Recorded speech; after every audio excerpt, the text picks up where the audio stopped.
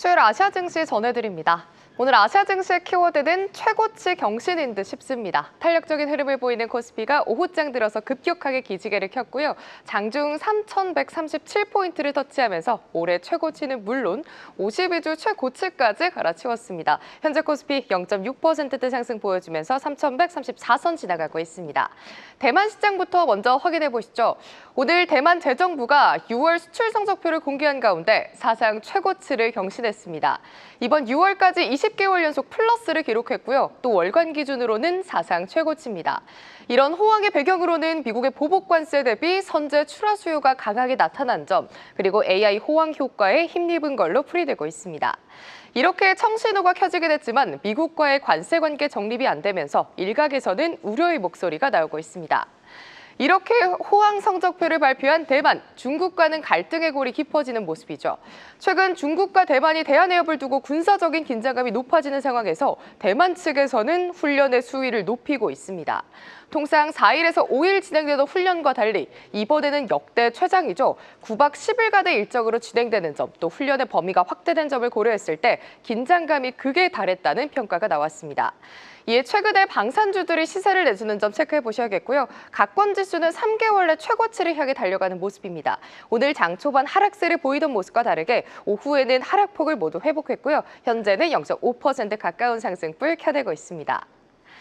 앞서 대만과 중국 간의 견제 수위가 높아진다고 짚어들었죠. 이와 관련해 중국에서도 보복 조치가 나왔습니다.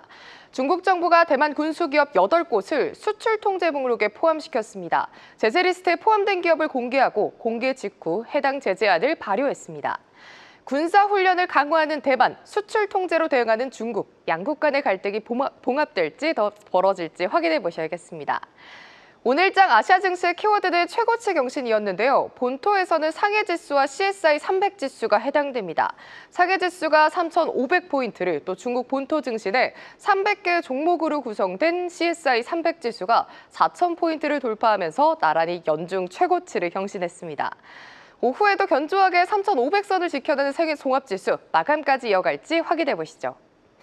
이렇게 대만과 본토 지수는 최고치를 경신하고 또 최고치에 다가가고 있습니다. 홍콩 증시도 만만치 않은데요. 우선 오늘 시장의 흐름부터 짚어보시면 대형주 내에서는 혼조세를 보이고 있습니다. 텐센트, 알리바바가 1% 넘게 하락하고 있고요. 샤오미 그리고 메이투안 같이 대표주들이 밀리니까 지수는 파란불을 켜고 있습니다.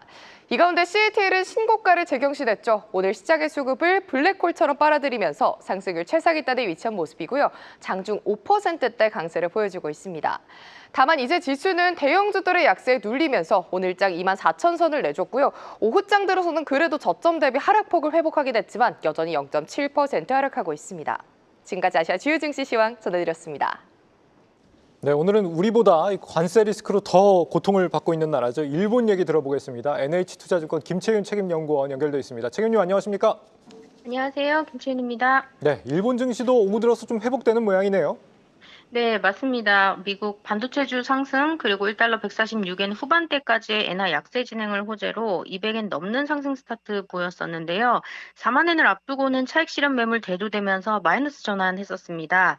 다만 프라임 시장 전체로 봤을 때는 상승 종목이 더 많기 때문에 하방 압력은 좀 제한적이다 이렇게 보고 있고요.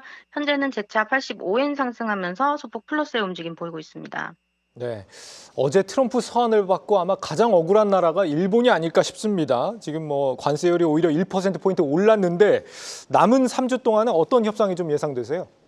네, 일본 정부는 25% 고율 관세가 좀 유감스럽다라는 입장을 분명히 하고 있는데요. 7월 말로 예정된 실무 협상에서 이제 3단계 전략을 구사할 걸로 보입니다.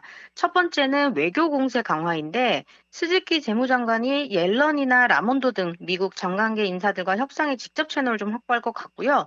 두 번째는 WTO 제소 가능성을 시사하지만 실제 실행은 좀 보류하면서 협상 지렛대로 활용할 것 같습니다. 마지막 세 번째는 맞교환 카드 제시인데요.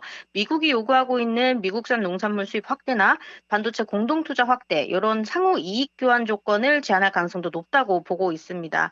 네, 다만 아직까지 좀 보기로는 단기적으로는 관세 철회 이런 것들보다는 예외 적용 혹은 유예 가능성이 더 현실적이다 이렇게 보고 있습니다. 네. 지금 엊그제 중국이 조선사 합병으로 뭐 조선 공룡을 만든다 이런 소식 전해드렸었는데 일본도 지금 업계 1, 2위 조선사가 합치는 것 같습니다. 1위가 2위를 M&A에서 세계 4위 조선사를 탄생시킨다. 우리 조선업계가 좀 긴장해야 될 만한 소식이라고 보세요? 네, 맞습니다. 일본은 한때 세계 1위의 조선 강국이었는데요. 2000년대 이후 한국과 중국에 밀려서 점유율이 급감하면서 현재는 글로벌 시장 점유율은 약 6% 내외에 그치고 있습니다. 재건 추진 방식이 크게 두 가지의 축을 가지고 있는데 첫 번째는 정책금융공사와 민간 5대 은행들이 참여하는 1조엔 규모의 민관 펀드를 조성하는 점이랑 두 번째는 말씀 주신 것 같이 일본조선과 이마바리조선 합병을 추진해서 글로벌 3위 규모의 신설 통합법인을 만들고자 하고 있습니다. 만약에 합병을 하게 되면 규모의 경제가 되기 때문에 LNG선이나 암모니아선과 같은 친환경 고부가 가치 선박에 집중할 수 있는데요.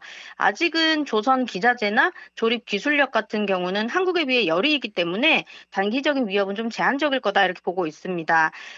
현재 한국은 LNG선이나 고부가 가치선 분야에서 70% 이상의 점유율을 가지고 있고요. 현대중공업, 삼성중공업 등 기술이나 납기 측면에서 글로벌 탑티어로 평가받고 있기 때문에 일본은 상대적으로 친환경 규제 대응이나 내수 수요 중심의 전략에 치중할 가능성이 높다 이렇게 좀 보고 있는데요. 좀 한 가지 시사점이 있다면 이번 일본의 조선 재건은 단순 경쟁보다는 자립형 공급망을 구축하고자 하는 의미로 좀 해석할 수 있고요. 한국 역시 기술이나 인력 양성 이런 것들에 좀 대응할 필요가 있다라고 보고 있습니다. 예, 책임님 오늘 말씀 여기까지 듣겠습니다. 오늘도 잘 들었습니다. 감사합니다. 네, NH투자증권 김채윤 책임연구원이었습니다. 계속해서 다양한 경제 이슈를 알고 싶다면 구독과 좋아요, 알림 설정 부탁드립니다. AI 캐스터 권미정이었습니다.